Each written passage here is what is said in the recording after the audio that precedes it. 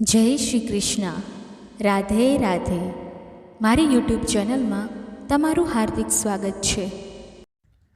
દર્શક મિત્રો, આ શ્રાદ્ધ પક્ષના દિવસોમાં પિતૃઓની કૃપા પ્રાપ્ત કરવા માંગતા હોય તો વિડીયોને પહેલાં લાઈક કરો અને કોમેન્ટમાં જય પિતૃદેવ અને જય ભોલેનાથ જરૂરથી લખજો. અને જો તમે ચેનલમાં નવા હો તો ચેનલને સબસ્ક્રાઈબ અવશ્ય કરો અને બેલ આઇકન જરૂર દબાવજો. દર્શક મિત્રો, પિતૃપક્ષના આ પવિત્ર દિવસોમાં રોજ સંભળાવવામાં આવતી કથાઓ માત્ર સાંભળવા માટે જ નથી હોતી, પરંતુ તે આપણા પૂર્વજો પ્રત્યે કૃતજ્ઞતા વ્યક્ત કરવાનું એક સાધન પણ છે. શાસ્ત્રોમાં પણ સ્પષ્ટ કહેવામાં આવ્યું છે કે જો આ કથાઓના પુણ્યને શ્રદ્ધા ભક્તિ સાથે આપણા પિતૃઓને અર્પણ કરવામાં આવે તો તેમને મોક્ષની પ્રાપ્તિ થાય છે. ગરુડ પુરાણમાં પણ પિતૃમુક્તિના વિવિધ ઉપાયો જણાવવામાં આવ્યા છે. અને આજે જ્યારે આપણને આ દુર્લભ અવસર પ્રાપ્ત થયો છે તો આપણે હૃદયની ઊંડાઈઓમાંથી આ કથાઓનું શ્રવણ કરીને તેમના પુણ્યને પિતૃઓને અર્પણ કરવું જોઈએ. અને આ જ સાચી સંતતિ સેવા અને તેમનું પરમ તર્પણ છે. આવો આજે પિતૃપક્ષની કેટલીક કથાઓ પહેલાં આપણે બધા આપણા પિતૃઓને પ્રાર્થના કરીએ. હે પરમ પૂજ્ય પિતૃગણ દેવ, અમે તમને સાદર નમન કરીએ છીએ. અમારા દ્વારા કરવામાં આવેલા શ્રાદ્ધ, તર્પણ, દાન અને કથા શ્રવણનું પુણ્ય તમે કૃપા કરીને સ્વીકારો. તમારી આત્માઓને પરમ શાંતિ અને ઉત્તમ લોકોની પ્રાપ્તિ થાય. અમારા પર તમારી કૃપા દ્રષ્ટિ જાળવી રાખો. અમને ધર્મ, સદબુદ્ધિ અને સંતાન સુખનો આશીર્વાદ આપો. તમારી સ્મૃતિ અને આશીર્વાદથી જ અમારું જીવન સફળ અને મંગલમય બને. દર્શક મિત્રો, વર્ષમાં એકવાર આવતા આ પવિત્ર 16 દિવસોને આપણા પૂર્વજોને અર્પિત માનવામાં આવ્યા છે.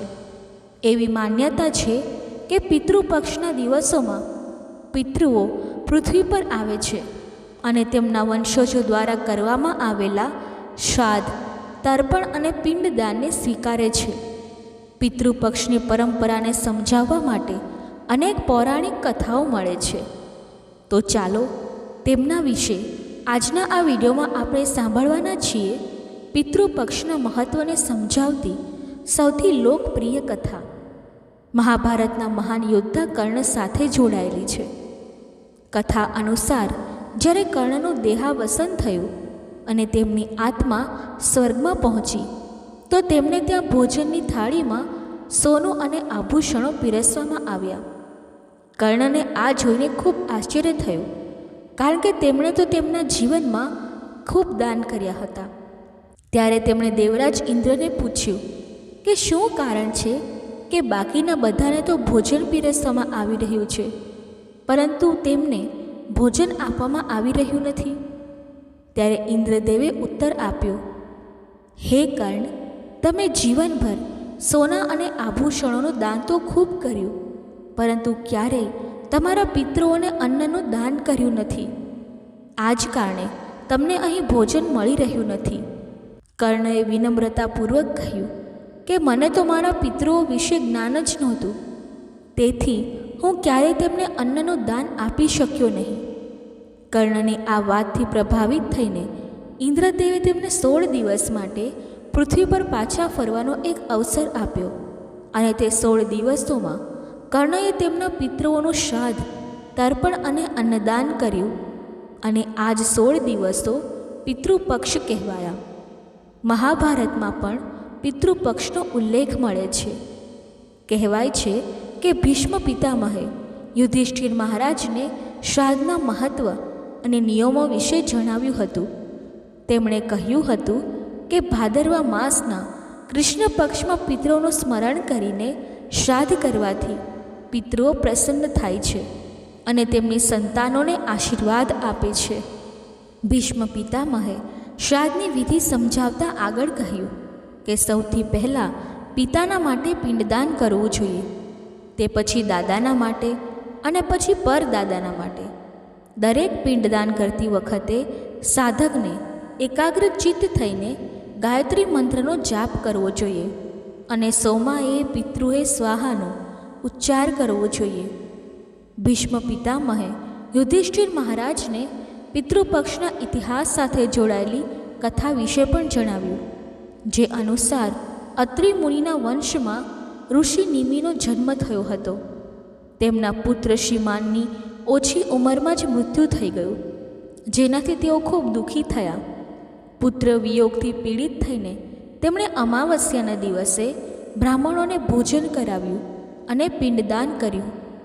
માન્યતા છે કે તે પછી અન્ય ઋષિઓએ પણ પિતૃઓનું શ્રાદ્ધ કરવાની આ પરંપરાને અપનાવી અને ધીમે ધીમે સમાજના ચારેય વર્ણોના લોકો તેમના પિતૃઓ માટે અન્ન અર્પણ કરવા લાગ્યા.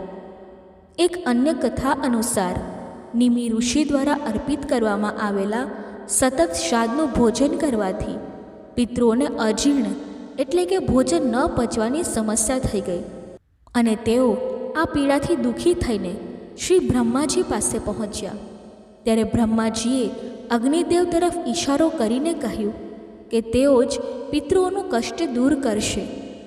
અગ્નિદેવે કહ્યું કે અત્યારથી તેઓ પણ પિતૃઓ અને દેવતાઓ સાથે શ્રાદ્ધનું ભોજન કરશે અને તેમની હાજરીથી ભોજન પચવામાં કોઈ અડચણ પણ નહીં આવે. ત્યારથી શ્રાદ્ધની શરૂઆત અગ્નિને આહુતિ આપીને કરવામાં આવવા લાગી. મહાભારત અનુસાર અગ્નિમાં હવન કર્યા પછી પિતૃઓના નિમિત્ત કરવામાં આવતા પિંડદાનને બ્રહ્મ રાક્ષસ પણ દૂષિત કરી શકતા નથી અને શ્રાદ્ધમાં અગ્નિદેવને હાજર જોઈને રાક્ષસ ગણ પણ ત્યાંથી ભાગી જાય છે. તેથી જ શ્રાદ્ધમાં અગ્નિનું વિશેષ મહત્ત્વ છે. ગરુડ પુરાણમાં શ્રાદ્ધનું મહત્ત્વ ખૂબ સુંદર રીતે સમજાવવામાં આવ્યું છે. તેમાં કહેવામાં આવ્યું છે કે મૃત્યુ પછી આત્માની શાંતિ અને પિતૃઋણથી મુક્તિ માટે પિતૃપક્ષમાં શ્રાદ્ધ કરવું અનિવાર્ય છે. આ સમયે પિતૃઓ પૃથ્વી પર આવે છે અને તેમના વંશજો દ્વારા અર્પિત અન્ન જળને સ્વીકારે છે. પરંતુ પ્રશ્ન ઉઠે છે કે આ અન્ન આખરે પિતૃઓ સુધી કેવી રીતે પહોંચે છે? તો ગરુડ પુરાણમાં જણાવવામાં આવ્યું છે કે બે દિવ્ય પિતૃ વિશ્વદેવ અને અગ્નિશ્વા અર્પિત ભોજનને પિતૃઓ સુધી પહોંચાડે છે. જો પિતૃદેવ યોનિમાં હોય તો અન્ન અમૃત બનીને પહોંચે છે. મનુષ્ય યોનિમાં હોય તો અન્નના રૂપમાં, પશુ યોનિમાં હોય તો ઘાસ બનીને, નાગ યોનિમાં હોય તો વાયુ બનીને અને યક્ષ યોનિમાં હોય તો પાનના રૂપમાં પહોંચે છે. શ્રાદ્ધના સમયે બ્રાહ્મણોને ભોજન કરાવતા પહેલાં 5 પાંદડા ઉપર અલગ અલગ ભાગ કાઢવામાં આવે છે. પહેલો હિસ્સો ગાય માટે, બીજો કૂતરા માટે, ત્રીજો કીડી માટે, ચોથો કાગડા માટે અને 5મો દેવતાઓના નિમિત્ત. માન્યતા છે કે પિતૃઓ આ રૂપોમાં પૃથ્વી પર આવે છે અને અન્નને સ્વીકારે છે. આ 5 પાંદડા ઉપર કાઢવામાં આવેલું ભોજન પંચબલી પણ કહેવાય છે. આવો હવે સાંભળીએ પિતૃપક્ષની સૌથી પ્રચલિત કથા. પ્રાચીન કથા અનુસાર જોગે અને ભોગે નામના 2 ભાઈ હતા. બંને અલગ અલગ ઘરોમાં રહેતા હતા. જોગે પાસે ધનની કોઈ કમી નહોતી, પરંતુ ભોગે ખૂબ ગરીબ હતો. તેમ છતાં બંને ભાઈઓમાં ખૂબ પ્રેમ હતો, પરંતુ જોગેની પત્નીને ધનનું ખૂબ અભિમાન હતું. તો ત્યાં ભોગેની પત્ની સુશીલ અને શાંત સ્વભાવની હતી. પિતૃપક્ષ આવતા જ જોગેની પત્નીએ તેને પિતૃઓનું શ્રાદ્ધ કરવા માટે કહ્યું. તો જોગેને તેને વ્યર્થનું કાર્ય સમજીને ટાળવાની કોશિશ કરવા લાગ્યું. પરંતુ જોગેની પત્ની તો માત્ર તેની શાન બતાવવા માટે શ્રાદ્ધનું આયોજન કરવા માંગતી હતી, જેથી તે તેના પિયર પક્ષના લોકોને બોલાવીને તેમની દાવત કરી શકે. જોગેની પત્નીએ કહ્યું કે મને કોઈ તકલીફ ના થાય, તેથી તમે આવું કહી રહ્યા છો, પરંતુ હું સાચું કહું છું. મને તેમાં કોઈ તકલીફ નથી. હું ભોગેની પત્નીને મદદ માટે બોલાવી લઈશ અને પછી અમે બંને મળીને આખું કામ કરી લઈશું. બીજા દિવસે ભોગેની પત્ની વહેલી સવારે આવીને શ્રાદ્ધનું આખું કામ કરાવવા લાગી. તેણે વિવિધ પ્રકારના અનેક પકવાનો બનાવ્યા પછી બધું કામ પતાવીને તે તેના ઘરે પાછી આવી ગઈ, કારણ કે તેને પણ પિતૃઓનું તર્પણ કરવાનું હતું. ત્યાં કુતુબ કાલમાં જ્યારે પિતૃઓ ભૂમિ પર ઉતર્યા તો તેઓ જોગેના ત્યાં ગયા. ત્યાં તેમણે જોયું કે તેના સસરા પક્ષના બધા લોકો ભોજન પર તૂટી પડ્યા છે અને તેઓ તેમના પહેલાં ભોજન કરી રહ્યા છે. આ બધું જોઈને પિતૃઓ ખૂબ નિરાશ થયા. તે પછી તેઓ ભોગેના ત્યાં ગયા તો જોયું કે માત્ર પિતૃઓના નામે ફક્ત અગ્નિ જ આપી દેવામાં આવી છે. પિતૃઓ તેની જ રાખ ચાટવા લાગ્યા અને પછી ભૂખ્યા જ નદીના કિનારે પહોંચી ગયા. થોડી વારમાં બધા પિતૃઓ તેમના ત્યાંનું શ્રાદ્ધ ગ્રહણ કરીને એકઠા થયા અને કહેવા લાગ્યા કે તેમની સંતાનોએ કેવા કેવા પ્રકારે તેમના માટે શ્રાદ્ધના પકવાનો બનાવ્યા, કેવી રીતે તેમનું સ્મરણ કર્યું. જોગે ભોગેના પિતૃઓએ પણ તેમની આખી વાત કહી. તેમણે વિચાર્યું કે જો ભોગે ગરીબ ના હોત અને શ્રાદ્ધ કરવામાં સમર્થ હોત તો કદાચ તેમને ભૂખ્યા પાછા ફરવું ના પડત, કારણ કે ભોગેના ઘરમાં તો ખાવા માટે 2 વખતની રોટલી પણ નહોતી. આ બધી વાતો વિચારીને પિતૃઓને ભોગે પર દયા આવી ગઈ. આ વિચારીને પિતૃઓ અચાનક નાચવા ગાવા લાગ્યા કે ભોગેના ઘરમાં ધન થઈ જાય, ભોગેના ઘરમાં ધન થઈ જાય. સાંજનો સમય થઈ ગયો, પરંતુ ભોગેના ઘરમાં ખાવા માટે કંઈ જ નહોતું અને તેના બાળકો પણ સવારથી ભૂખ્યા હતા. બાળકોએ તેમની માતાને કહ્યું કે માં, ભૂખ લાગી છે. ત્યારે તેમને ટાળવા માટે ગુસ્સામાં ગરજીને ભોગેની પત્નીએ કહ્યું કે જાઓ, આંગણામાં હોદી રાખેલી છે, તેને જઈને ખોદી લો. તેમાંથી જે કંઈ મળે તે વચ્ચે વહેંચીને ખાઈ લેજો. બાળકોએ જ્યારે ત્યાં જઈને હોદી ખોલી તો તેઓ દોડીને તેમની મા પાસે આવીને કહેવા લાગ્યા કે મામા, હોદી તો મોહરોથી ભરેલી પડી છે. માને વિશ્વાસ ન આવ્યો અને તે દોડીને હોદી પાસે આવીને તેણે જ્યારે આ બધું જોયું તો તેના આશ્ચર્યની સીમા રહી નહીં. આ રીતે પિતૃઓના આશીર્વાદથી ભોગે પણ ધન ધાન્યથી પરિપૂર્ણ થઈ ગયો, પરંતુ તેને આ વાતનો બિલકુલ અહંકાર નહોતો. અને પછી બીજા વર્ષે શ્રાદ્ધ આવતા જ ખૂબ ધૂમધામથી બંને પતિ પત્નીએ મળીને તેમના પિતૃઓનું શ્રાદ્ધ કર્યું. ભોગેની પત્નીએ શ્રાદ્ધના દિવસે 56 પ્રકારના ભોગ બનાવ્યા. બ્રાહ્મણોને તેમના ઘરે બોલાવીને શ્રાદ્ધ કર્યું, તેમને ભોજન કરાવ્યું અને દાન દક્ષિણા પણ આપી. પછી સોના ચાંદીના વાસણોમાં જેઠ જેઠાણીને પણ ભોજન કરાવ્યું. તેથી પિતૃઓ પણ ખૂબ પ્રસન્ન અને તૃપ્ત થયા અને તેમને આશીર્વાદ આપીને તૃપ્ત થઈને તેઓ તેમના લોકમાં પાછા ગયા. પ્રયાગરાજમાં ત્રિવેણી સંગમનું જળ પાપ મુક્તિ તો કરાવે જ છે, સાથે મોક્ષ પણ પ્રદાન કરનારું છે. આવો જાણીએ પ્રયાગરાજમાં ત્રિવેણી સંગમ સાથે જોડાયેલી એક પ્રાચીન કથા. આખરે કેવી રીતે કુંભ નગરીના ત્રિવેણી જળની મહિમાથી એક પ્રેત યોનિમાંથી મુક્ત થઈ શક્યો. કહેવાય છે કે અનાદિકાળમાં કેરળમાં વસુ નામનો એક બ્રાહ્મણ રહેતો હતો, પરંતુ તેનું આચરણ ખૂબ ખરાબ હતું. તેના બંધુઓએ તેને ભૂમિહીન કરીને ઘરમાંથી કાઢી મૂક્યો હતો અને તે દુઃખી થઈને ગરીબીમાં તેની જન્મભૂમિને ત્યાગીને અહીં ત્યાં ભટકવા લાગ્યો. જંગલોમાંથી ભટકતો તે ભૂખ તેરસથી વ્યાકુળ બ્રાહ્મણ વંધ્ય પર્વત પર પહોંચી ગયો અને ત્યાં તડપતો તેનું મૃત્યુ થઈ ગયું. કહેવાય છે કે તેનું દાહ સંસ્કાર પણ ના થયું. એના કારણે પ્રેત બનીને તે વનની કંદરાઓમાં ચિરકાળ સુધી વસવા લાગ્યો. તે ગરમી ઠંડીથી પરેશાન જળ વગર હાહાકાર કરતો ભટકવા લાગ્યો. એક દિવસની વાત છે, તે માર્ગેથી એક યાત્રી ઘડામાં ત્રિવેણીનું જળ લઈને ભગવાન જનાર્દનના શ્લોકોનું પાઠ કરતો જઈ રહ્યો હતો. અચાનક પ્રેત તેની સામે આવી ગયો અને તેણે તે યાત્રીને કહ્યું કે ડરો નહીં. હે ધર્મનિષ્ઠ, હું તમારી ગગરીમાંથી ત્રિવેણીનું પવિત્ર જળ પીવા માગું છું, પરંતુ જો તમે જળ ના આપ્યું તો હું તમારા પ્રાણ લઈ લઈશ. પ્રેતના વચન સાંભળીને તે પથિક બોલ્યો, નીલ વર્ણ ભયંકર ચંચલ નેત્રવાળા તમે કોણ છો, અને તમારું શરીર માંસ વગરનું કેમ છે?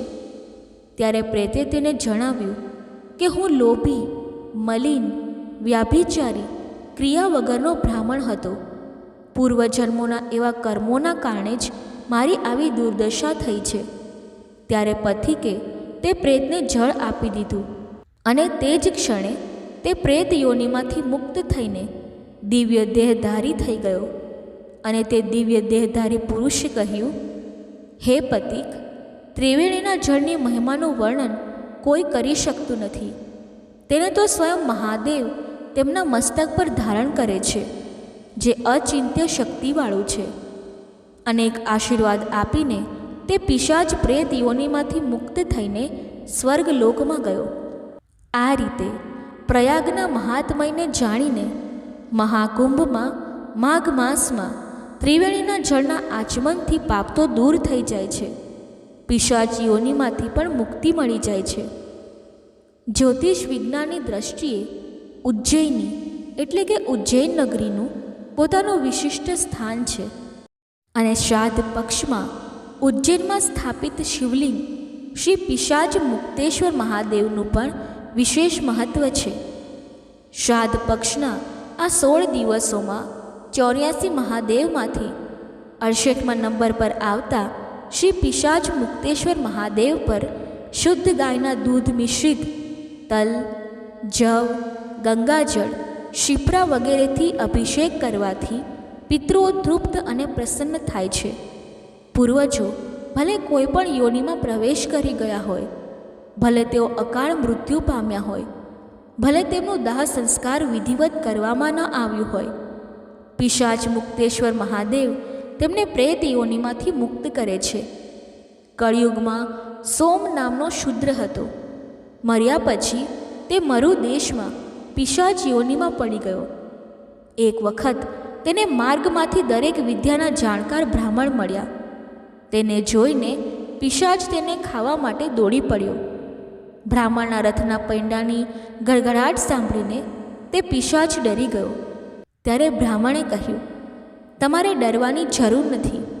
ત્યારે પિશાચે આ જાણીને, આ બ્રાહ્મણ તો વિદ્વાન અને જ્ઞાતા છે. તેમણે પૂછ્યું કે પિશાચ યોનિ કયા કર્મ કરવાથી મળે છે અને કયા પુણ્યથી પિશાચ યોનિમાંથી મુક્તિ શક્ય છે. ત્યારે બ્રાહ્મણ દેવતાએ જણાવ્યું કે દ્રવ્ય હરણ કરનાર અને દેવતાના દ્રવ્યને ચોરી કરનાર પિશાચ યોનિ પ્રાપ્ત કરે છે. બ્રાહ્મણ દેવતાના આ વચન સાંભળીને પિશાચે મુક્તિનો માર્ગ પૂછ્યો. ત્યારે તેમણે જણાવ્યું કે તીર્થનગરી અવંતિકામાં પિશાચત્વને નાશ કરનારા મહાદેવ છે, શ્રી પિશાચ મુક્તેશ્વર મહાદેવ. તેમના દર્શન માત્રથી તમને પિશાચ યોનિમાંથી મુક્તિ મળી જશે. ત્યારે તે પિશાચ મહાકાલ વનમાં આવ્યો અને તેણે શિપ્રા નદીમાં સ્નાન કર્યું અને તે દિવ્યલિંગના દર્શન કર્યા. ત્યારે તેને પિશાચ યોનિમાંથી મુક્તિ મળી અને તે વિષ્ણુ લોક પ્રાપ્ત કર્યું. જે વ્યક્તિ પિતૃપક્ષમાં શ્રી પિશાચ મુક્તેશ્વર લિંગના દર્શન અને અભિષેક કરે છે, તેમના પિતૃઓનું મોક્ષ થાય છે અને તેમને પ્રેત કે પિશાચ યોનિમાંથી પણ મુક્તિ મળી જાય છે. દર્શક મિત્રો, શ્રાદ્ધ પક્ષના આ પવિત્ર દિવસોમાં જ્યારે પિતૃઓને સમર્પિત આ શ્રાદ્ધ પક્ષના આ દિવસો આવે છે, ત્યારે આપણે શ્રીમદ ભગવદ્ પુરાણમાં વર્ણવેલી ગોકર્ણ અને ધુંધકારીની દિવ્ય કથા સાંભળીએ, જે આપણા હૃદયને ભક્તિના અમૃતથી ભરી દેશે અને પિતૃઓની કૃપા પ્રાપ્ત કરાવશે. અને તેને પૂરેપૂરી શ્રદ્ધાથી સાંભળવાથી જીવનમાં સુખ, શાંતિ અને સફળતા મળે છે. પરંતુ યાદ રાખજો કે તેને અધ વચ્ચે છોડવી નહીં, કેમ કે તેનું પૂર્ણ ફળ ત્યારે જ મળે છે જ્યારે તેને પ્રેમ ભાવથી અંત સુધી અનુસરીએ અને તેના ત્યાગથી દોષ લાગે છે. તો ચાલો ભગવાન શ્રી કૃષ્ણની કૃપા મેળવવા આ કથામાં ડૂબી જઈએ. ઘણા વર્ષો પહેલાં તુંગભદ્રા નદીના પવિત્ર કિનારે એક સુંદર નગર વસેલું હતું, જ્યાં આત્મદેવ નામના એક બુદ્ધિમાન અને ધાર્મિક બ્રાહ્મણ રહેતા હતા.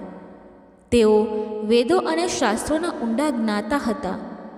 તેમનું તેજ સૂર્યની જેમ ચમકતું હતું અને તેમની દયાળુતા એવી હતી કે કોઈ ભિખારી તેમના દ્વારેથી ક્યારેય ખાલી હાથ પરત નહોતો ફરતો. તેમનું જીવન ધર્મ અને દાનથી ભરપૂર હતું, જેમાં ભગવાન વિષ્ણુની ભક્તિનો અમૃત જેવો રસ વહેતો હતો. પરંતુ તેમની પત્ની ધૂંધલી, જે બાહ્ય સુંદરતાથી ભરપૂર હતી, પરંતુ તેનો સ્વભાવ ઝઘડાળુ અને કઠોર હતો. તે નાની નાની વાતોમાં ઝઘડો કરતી, જ્યારે આત્મદેવ શાંત અને ધીરજવાન હતા. તેમના ઘરમાં જ્યારે તેઓ પરત ફરતા ત્યારે માત્ર અશાંતિ અને કજિયાનો માહોલ હોય, જે તેમને નર્ક જેવું લાગતું. પરંતુ તેઓ ભગવાનના ભરોસે બધું સહન કરતા, કારણ કે તેઓ જાણતા હતા કે સંસારમાં દુઃખ અને સુખ બંને ભગવાનની લીલા છે અને તેમની ભક્તિ તેમને શાંતિ આપે છે. સમય વીતતો ગયો અને આત્મદેવ વૃદ્ધ થયા, પરંતુ તેમને કોઈ સંતાન નહોતું. તેમણે અનેક પુણ્ય કર્મો કર્યા, દાન ધર્મ, વ્રત ઉપવાસ, ભગવાન વિષ્ણુની પૂજા અને જપ કર્યા, પરંતુ સંતાન સુખની પ્રાપ્તિ ન થઈ.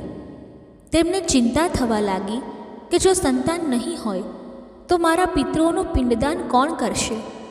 કોણ મારા વંશને આગળ વધારશે? અને આ ચિંતામાં તેઓ ડૂબી ગયા.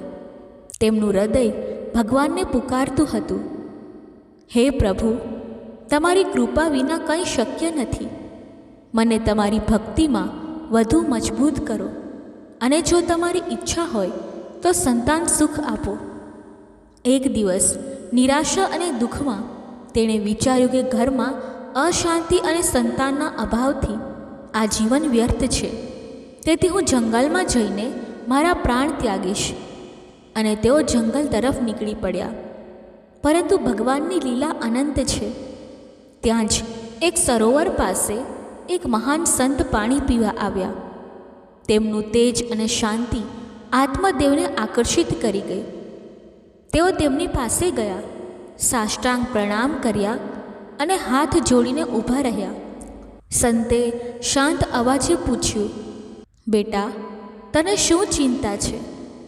તું બ્રાહ્મણ લાગે છે, તારા ચહેરા પર તેજ છે, પરંતુ તું દુઃખી દેખાય છે. આત્મદેવે નમ્રતાથી કહ્યું, હે મહાત્મા, હું મારા જીવનથી નિરાશ છું. મને સંતાન નથી. મારા પિતૃઓનું પિંડદાન કોણ કરશે? મારી ગાય પણ બચ્ચું નથી આપતી. વૃક્ષોમાં ફળ નથી આવતા. તેથી હું પ્રાણ ત્યાગવા આવ્યો છું. અને તેમની આંખોમાંથી આંસુ વહેવા લાગ્યા, પરંતુ તેમના હૃદયમાં ભગવાનનું નામ જપાતું હતું. સંતે દિવ્ય દ્રષ્ટિથી તેમનું ભાગ્ય જોયું અને કહ્યું, આત્મદેવ, સંતાનનો મોહ છોડી દો. તારા ભાગ્યમાં 7 જન્મ સુધી સંતાન યોગ નથી. ભગવાનનું ભજન કર, તેમની ભક્તિમાં ડૂબી જા, કારણ કે સંસારના બંધનો ક્ષણિક છે અને ભગવાનની કૃપા જ અમર છે. પરંતુ આત્મદેવે હઠપૂર્વક કહ્યું, મહારાજ, મને ઉપદેશ નહીં, ફક્ત પુત્ર જોઈએ છે. નહીં તો હું તમારી સામે જ પ્રાણ ત્યાગી દઈશ. તેમની આ વિનંતીમાં પણ ભગવાન પ્રત્યેની શ્રદ્ધા જોવા મળતી હતી, કારણ કે તેઓ જાણતા હતા કે સંતો ભગવાનના પ્રતિનિધિ છે. સંતે તેમનો આગ્રહ જોયો અને કહ્યું, વિધાતાના લેખને કોઈ બદલી શકતું નથી, પરંતુ તારી વિનંતી જોઈને હું કંઈક કરીશ. અને તેમણે યોગ બળથી એક દિવ્ય ફળ પ્રગટાવ્યું અને કહ્યું, આ ફળ તારી પત્નીને ખવડાવજે, જેનાથી તને જ્ઞાની પુત્રની પ્રાપ્તિ થશે. પરંતુ 1 વર્ષ સુધી તેણે ખોટું ના બોલવું, ધર્મનું પાલન કરવું અને શુદ્ધ ભોજન લેવું. આમ કરવાથી તારો પુત્ર તેજસ્વી બનશે. આત્મદેવ આનંદથી ફળ લઈને ઘરે પરત ફર્યા. તેમનું હૃદય ભગવાન અને સંતની કૃપાથી ભરાઈ ગયું અને તેઓ ભગવાનને વારંવાર ધન્યવાદ આપતા હતા કે હે પ્રભુ, તમારી લીલા અદ્ભુત છે. તમે સંતો મારફતે મને આશીર્વાદ આપ્યા. તેમણે ફળ ધૂંધલીને આપ્યું અને સમજાવ્યું, પરંતુ ધૂંધલીનો સ્વભાવ કપટી અને ક્રૂર હતો. તેણે કહ્યું, હે પતિદેવ, ફળને તરત ન ખાવું જોઈએ, નાહીને શુદ્ધ મનથી ખાવું જોઈએ, જેથી હું આ ફળ નાહીને ખાઈશ. પરંતુ તેણે પોતાની બહેનને બોલાવી અને રડતા રડતા કહ્યું, બહેન, મને ખૂબ જ ચિંતા થઈ રહી છે. ગર્ભવતી થવું અને બાળકના જન્મનું દર્દ હું સહન નહીં કરી શકું. ત્યારે બહેને કહ્યું, હું ગર્ભવતી છું. તું મારા પતિને ધન આપ અને ગર્ભવતી હોવાનું નાટક કર. મારું બાળક હું તને આપીશ અને આ ફળ ગાયને ખવડાવી દે, જેથી ખબર પડે કે ફળ સાચું હતું કે નહીં. ધૂંધલીએ આ સલાહ માની ફળ ગાયને ખવડાવી દીધું અને ગર્ભવતી હોવાનું નાટક શરૂ કર્યું. જ્યારે બહેનનું બાળક જન્મ્યું ત્યારે તેણે ઘોષણા કરી કે તેને પુત્રની પ્રાપ્તિ થઈ છે. આત્મદેવ આનંદથી ઝૂમી ઉઠ્યા. તેમને ખબર નહોતી કે આ ષડયંત્ર છે, પરંતુ તેઓ ભગવાનને ધન્યવાદ આપતા હતા કે હે કૃપાળુ, તમારી કૃપાથી આ ખુશી મળી. થોડા સમય પછી ગાયે પણ એક સંતાનને જન્મ આપ્યો, જેનું શરીર માનવ જેવું હતું, પરંતુ કાન ગાય જેવા હતા. તે સુંદર, દિવ્ય અને સોનાની જેમ ચમકતું હતું અને યોગ બળથી પરિપૂર્ણ હતું. આ જોઈને આત્મદેવની ખુશીનો પાર ન રહ્યો. ઘરમાં 2 બાળકોનો જન્મ થયો. તેમણે ગાયના બાળકનું નામ ગોકર્ણ રાખ્યું અને ધૂંધલીએ બીજાનું નામ ધૂંધકારી રાખ્યું. આત્મદેવ ભગવાનને પ્રાર્થના કરતા કે હે પ્રભુ, મારા આ બાળકોને તમારી ભક્તિ આપો, તેમને ધાર્મિક બનાવો. વર્ષો વીત્યા. ગોકર્ણ અને ધૂંધકારી યુવાન થયા. ગોકર્ણએ વેદોનું જ્ઞાન મેળવ્યું, ધર્મના માર્ગે ચાલ્યા. તેઓ મહાજ્ઞાની અને મહાત્મા બન્યા. તેમનું જીવન ભગવાન વિષ્ણુની ભક્તિમાં લીન હતું. તેઓ રોજ જપ, તપ અને સેવા કરતા, જેમાંથી તેમનું તેજ વધતું જતું હતું અને તેઓ અન્યોને પણ ભક્તિના માર્ગે પ્રેરિત કરતા. તેમની આંખોમાં ભગવાનના દર્શન થતા હતા. જ્યારે ધૂંધકારીએ પોતાની દુષ્ટ પ્રવૃત્તિ વધારી, તેમાં પવિત્રતાનું નામો નિશાન નહોતું. તેનું આચરણ નીચ હતું.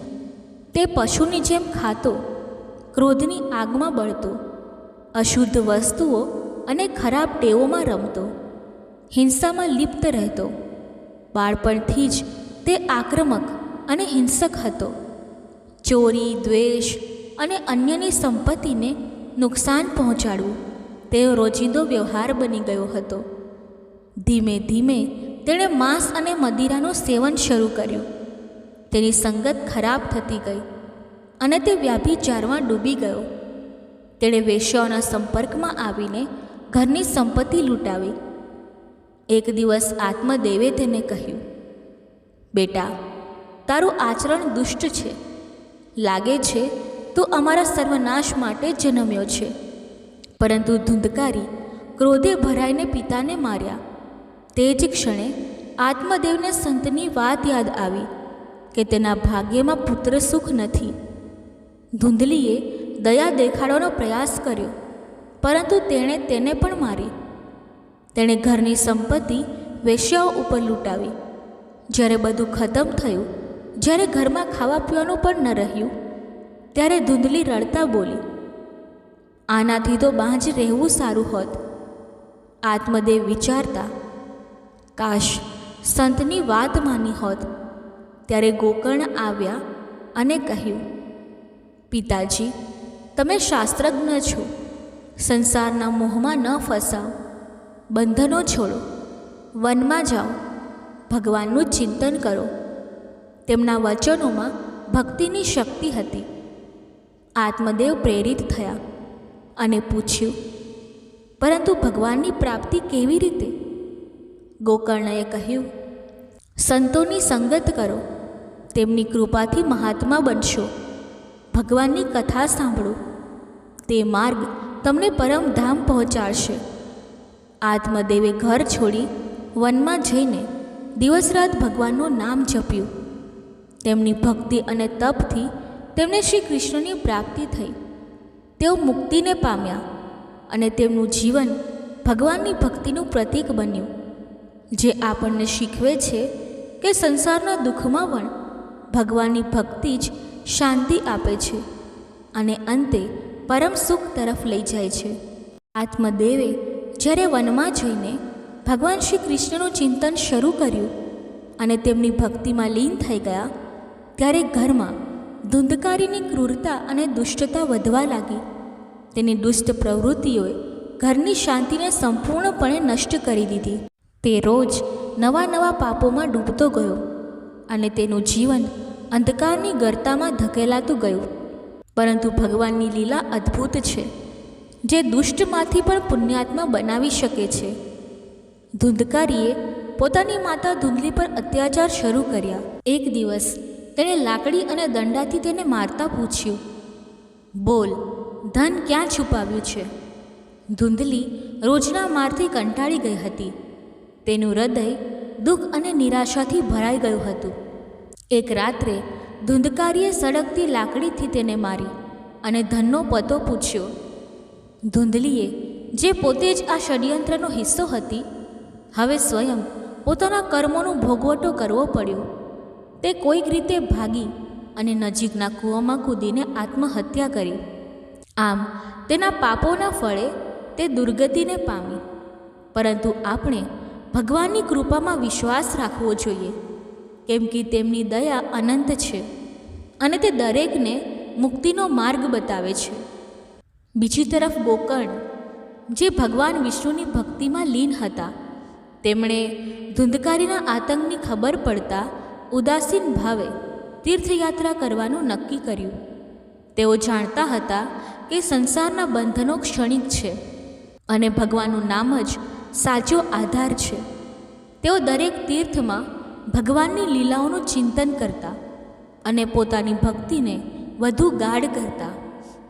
તેમનું હૃદય શ્રી કૃષ્ણના ચરણોમાં અર્પણ હતું અને તેઓ પ્રાર્થના કરતા, હે પ્રભુ, મારા ભાઈનું કલ્યાણ કરો, તેને સન્માર્ગે લાવો. ધુંધકારીએ પોતાની દુષ્ટતાને વધુ વેગ આપ્યો. તે હવે 5 વેશ્યાઓ સાથે રહેવા લાગ્યો. તેમને ઘરે લાવીને બેસાડતો, ચોરી કરીને પશુઓનું માંસ અને અન્ય વસ્તુઓ લાવતો અને તેમની ઈચ્છાઓ પૂરી કરતો. એક દિવસ વેશ્યાઓએ કહ્યું, તે અમને હજુ સુધી સોનાનો હાર નથી પહેરાવ્યો. ધુંધકારીએ હાર લાવવાનું વચન આપ્યું અને ચોરી દ્વારા ધન એકઠું કરવા લાગ્યો. વેશ્યાઓએ જોયું કે ધુંધકારી રોજ ચોરી કરે છે અને મોટું ધન એકઠું કરી રહ્યો છે. તેમને ડર લાગ્યો કે જો તે પકડાશે તો રાજા તેમને પણ ફાંસી આપશે. તેથી તેમણે ગુપ્ત રીતે નક્કી કર્યું કે ધુંધકારીને મારી નાખવો. એક રાત્રે જ્યારે ધુંધકારી ગાઢ નિંદ્રામાં હતો, ત્યારે 5 વેશ્યાઓ તેની ચારપાઈ પાસે આવી. તેમણે તેને દોરડાથી બાંધી દીધો. જ્યારે ધુંધકારીની આંખો ખુલી, ત્યારે તેણે જોયું કે વેશ્યાઓ તેને મારવાની તૈયારી કરી રહી છે. તેમણે દોરડાથી તેનું ગળું દબાવ્યું. રસોડામાંથી સળગતા કોલસા લાવીને તેના મોઢામાં નાખ્યા અને આખરે ગળું દબાવીને તેને તડપાવીને મારી નાખ્યો. ત્યારબાદ તેમણે તેની લાશને ઘરમાં ખાડો ખોદીને દાટી દીધી અને બધું ધન લઈને ભાગી ગઈ. ધુંધકારીની આત્મા પ્રેત યોનિમાં પ્રવેશી અને તે ભયંકર બવંડરના રૂપે 10 દિશાઓમાં ભટકવા લાગી. તેનું હૃદય પાપોના ભારથી દબાયેલું હતું, પરંતુ ભગવાનની કૃપા એવી છે કે તે પાપીઓને પણ ઉદ્ધારનો માર્ગ બતાવે છે. આપણે ભગવાનના નામનો જપ કરીએ, ઓમ નમો ભગવતે વાસુદેવાય નમઃ, અને તેમની દયા માંગીએ. જ્યારે ગોકર્ણ તીર્થયાત્રાથી પાછા ફર્યા, ત્યારે તેમને ધુંધકારીની હત્યાની ખબર પડી. તેમનું હૃદય દયાથી ભરાઈ ગયું કારણ કે તેઓ જાણતા હતા કે ભગવાનની ભક્તિ દ્વારા દરેક આત્માનો ઉદ્ધાર શક્ય છે. તેમણે ધુંધકારીની આત્માની શાંતિ માટે પિંડદાન કર્યું, તીર્થોમાં મંત્રોનું અનુષ્ઠાન કર્યું અને ભગવાન શ્રી કૃષ્ણને પ્રાર્થના કરી, હે પ્રભુ, મારા ભાઈનો ઉદ્ધાર કરો, તેને તમારા ચરણોમાં સ્થાન આપો. જ્યારે તેઓ ઘરે પાછા ફર્યા ત્યારે તેમને લાગ્યું કે ધુંધકારીનો પ્રેત ઘરમાં ફરે છે. એક દિવસ ધુંધકારી પ્રેત રૂપે પ્રગટ થયો. તે ગોકર્ણને જોઈને મદદ માટે વિનંતી કરવા લાગ્યો. ગોકર્ણ, જે મહાજ્ઞાની અને ભગવાનના ભક્ત હતા, તેમણે નિર્ભય થઈને પૂછ્યું, તું કોણ છે? આ નાટક શા માટે? તને આ દુર્ગતિ કેમ મળી? ધુંધકારી ચીસો પાડીને રડવા લાગ્યો, પરંતુ બોલી ન શક્યો, કારણ કે તેના પાપોનો ભાર તેને બોલવા દેતો ન હતો. ગોકર્ણએ પોતાના યોગ બળથી જળ લઈને મંત્રોચ્ચાર કર્યો અને તેના પર છાંટ્યું. જળ પડતાં જ ધુંધકારી બોલવા લાગ્યો. તે રડતા રડતા બોલ્યો, ભાઈ, હું તમારો ભાઈ ધુંધકારી છું. મને ભયંકર દુર્ગતિ મળી છે. મેં ઘણા પાપો કર્યા. વેશ્યાઓએ મને તડપાવીને મારી નાખ્યો. હવે હું પ્રેત યોનિમાં ભટકું છું. ભૂખ્યો તરસ્યો, ખાઈ પી નથી શકતો. કૃપા કરી મારો ઉદ્ધાર કરો. ગોકર્ણનું હૃદય દયાથી ભરાઈ ગયું.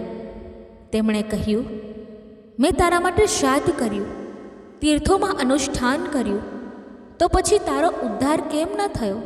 ધુંધકારીએ કહ્યું, ભાઈ, સેંકડો શ્રાદ્ધથી પણ મારો ઉદ્ધાર નહીં થાય. મેં ભયંકર પાપો કર્યા છે. ગોકર્ણએ કહ્યું, જો સેંકડો શ્રાદ્ધથી પણ ઉદ્ધાર ન થાય તો તે અશક્ય છે. પરંતુ ધુંધકારીએ વિનંતી કરી, ભાઈ, હું તમારા ચરણોમાં પડ્યો છું, મારો ઉદ્ધાર કરો. ગોકર્ણએ કહ્યું, પહેલાં આ ઘરમાંથી બહાર નીકળી જાઓ. જ્યારે હું બોલાવીશ ત્યારે આવજે. ધુંધકારી ગોકર્ણની આજ્ઞા માનીને બહાર નીકળી ગયો અને ભટકવા લાગ્યો. ગોકર્ણે આખી રાત વિચાર્યું કે ધુંધકારીનો ઉદ્ધાર કેવી રીતે થઈ શકે. તેમનું હૃદય ભગવાન શ્રી કૃષ્ણને પુકારતું હતું, હે પ્રભુ, મને માર્ગ બતાવો, મારા ભાઈને તમારી કૃપા આપો. તેમણે વિદ્વાનોની સલાહ લીધી. શાસ્ત્રોના હવાલા આપવામાં આવ્યા, પરંતુ કોઈ નક્કર ઉપાય ન મળ્યો. ગોકર્ણ, જે તપસ્વી અને ભગવાનના પરમ ભક્ત હતા, તેમણે નક્કી કર્યું કે બીજાઓને પૂછવાને બદલે સીધા ભગવાન સૂર્યનારાયણને પૂછીશ.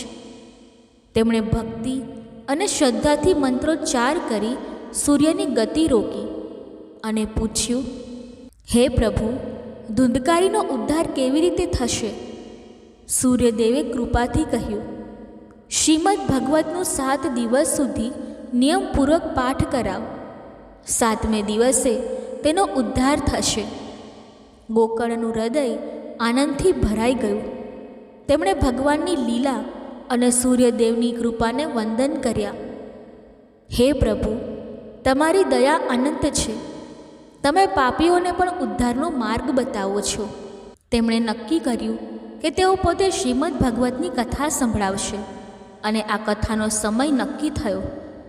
બધા લોકો, પાપીઓ અને પુણ્યાત્માઓ ભગવાનની કથા સાંભળવા આવ્યા, કારણ કે શ્રીમદ ભાગવતની કથા બધા પાપોનો નાશ કરે છે અને તેનું શ્રવણ હૃદયને શુદ્ધ કરી ભગવાનના ચરણોમાં લઈ જાય છે. ગોકર્ણએ ધુંધકારીને બોલાવ્યો અને કહ્યું, તું આ 7 ગાંઠવાળા વાંસ પર બેસીને કથા સાંભળ. ધુંધકારી વાયુરૂપે વાંસના છિદ્રમાં જઈને બેઠો. ગોકર્ણએ એક વૈષ્ણવને મુખ્ય શ્રોતા બનાવી સ્પષ્ટ અને ભક્તિભાવથી શ્રીમદ ભગવતની કથા શરૂ કરી. તેમનો અવાજ ભગવાનની લીલાઓથી ગુંજી ઉઠ્યો અને શ્રોતાઓના હૃદય ભક્તિના રસમાં ડૂબી ગયા. ગોકર્ણની ભક્તિ અને કથાની શક્તિ ધુંધકારીના પાપોને ધીમે ધીમે ઓગાળી રહી હતી. જેમ જેમ ગોકર્ણ શ્રીમદ ભગવતની કથા ભક્તિભાવથી સંભળાવતા ગયા, તેમ તેમ વાતાવરણ ભગવાન શ્રી કૃષ્ણની લીલાઓના રસથી ભરાઈ ગયું. શ્રોતાઓના હૃદયમાં ભક્તિનો સંચાર થઈ રહ્યો હતો અને ધુંધકારીની પ્રેત આત્મા જે 7 ગાંઠવાળા વાંસના છિદ્રમાં વાયુરૂપે બેઠી હતી તે શ્રીમદ ભગવતના દિવ્ય શબ્દોના પ્રભાવે શુદ્ધ થઈ રહી હતી. દરરોજ કથા વિરામ લેતી અને વાંસની એક ગાંઠ તૂટતી ગઈ. દરેક ગાંઠનું તૂટવું ધુંધકારીના પાપોના ભારનું ઓગળવું દર્શાવતું હતું. ગોકર્ણનો અવાજ જે ભગવાનની લીલાઓ અને ભક્તિના મહિમાથી ગુંજતો હતો તે શ્રોતાઓને પરમધામની નજીક લઈ જતો હતો અને તેમનું હૃદય ઓમ નમો ભગવતે વાસુદેવાય નમઃના જપથી ગુંજી ઉઠતું. 7મા દિવસે જ્યારે કથા પોતાના ઉચ્ચ શિખરે પહોંચી, વાંસની 7મી ગાંઠ તૂટી અને તે જ ક્ષણે ધુંધકારી દિવ્ય રૂપે પ્રગટ થયો. તેનો શ્યામ વર્ણ ઝળહળતો હતો. તેણે પીતાંબર ધારણ કરેલું હતું. ગળામાં તુલસીની માળા શોભતી હતી. માથે મનોહર મુકુટ અને કાનમાં કુંડળ ઝળકતા હતા. તે ગોકર્ણની સામે આવ્યો, સાષ્ટાંગ પ્રણામ કર્યા અને ભાવુક અવાજે બોલ્યો, ભાઈ, તમારી કૃપા અને શ્રીમદ ભગવતની શક્તિથી હું પ્રેત યોનિમાંથી મુક્ત થયો છું. હવે હું ભગવાનનો પાર્ષદ બન્યો છું. આ દ્રશ્ય જોઈને બધા શ્રોતાઓની આંખો ભીની થઈ ગઈ અને તેઓએ હર હર મહાદેવ અને શ્રી કૃષ્ણ ગોવિંદ હરે મુરારેના જયઘોષ કર્યા. તે જ ક્ષણે એક દિવ્ય વિમાન આકાશમાંથી ઉતર્યું. ભગવાન શ્રી કૃષ્ણના પાર્ષદોએ ધુંધકારીને કહ્યું, આવ, ભાગવત ધામ ચાલ. ધુંધકારી વિમાનમાં બેસવા લાગ્યો, પરંતુ ગોકર્ણે તેને રોક્યો અને કહ્યું, ઊભો રહે.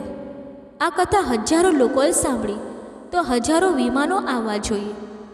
બધાને પરમધામ લઈ જવા જોઈએ. મેં બધા માટે સમાન રીતે કથા કહી અને બધાએ શ્રદ્ધાથી સાંભળી.